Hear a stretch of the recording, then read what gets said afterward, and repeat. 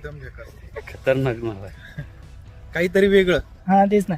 Regular वाहन तर आहेच, पण इथली नावं पण बघून आमच्या जिल्ह्याला याच्यासारखी तूरच नाही. ही एक नंबर आहे. आपल्या जेवढे तुरी आहेत इथं हम्म. ही सध्या एक नंबर आहे. मालामाल कारण मालामाल प्रोडक्ट मालामाल तर मालामाल 100% मालामाल करेल. 100% मालामाल तूर आहे ना ही एकदम म्हणजे नगर जिल्ह्यासाठी परफेक्ट काढलेली तूर असं आज तरी वाटत आहे.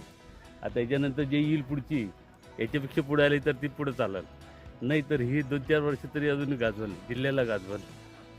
हीच पाहिजे असं. जमिनीचा प्रकार कोणकोणत्या जमिनीसाठी चांगली राहील? ही जमीन हलकी आहे तरी इथं अशी तूर आहे. भारी जमिनीत आपल्याकडच्या सर्व भारी जमिनी आहे, त्या तर याच्यापेक्षा जास्त भारी जाईल, आणखी जास्त पिकांना लागलेल्या असतील.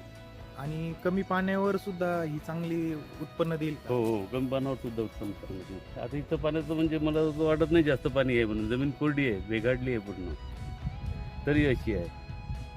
आपल्या इथे एक पाऊस झाला तर 15-20 दिवस पाणी राहतं जमिनीमध्ये, त्याच्यामुळे तिथं पाण्याचा ताण नाही पडत. आणि सर मागच्या वर्षीचा सेल आणि या वर्षीचं तुमचं अपेक्षित सेल त्याच्याबद्दल काय सांगा? मागच्या वर्षीपेक्षा माझ्या मते कमीत कमी 4 पट त्यापेक्षा अधिक जास्त विकत, इतकी डिमांड आज तरी तयार आहे.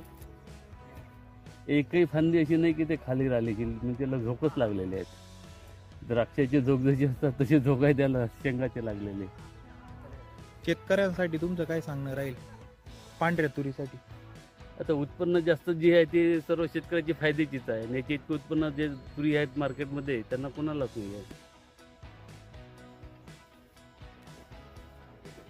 आणि जे शेतकऱ्यांनी मागच्या वर्षी केली ते आवर्जून या वर्षी म्हणजे सुरुवातीलाच घेऊन ठेवायच्या तयारीत आहेत की आम्हाला नंतर मिळत नाही, महाग घ्यावं लागते. तर आले की सांगा फक्त बस. मालामाल प्रोडक्ट आता मालामाल तर मालामालच आहे. 100% मालामाल करेल. 100% मालामाल.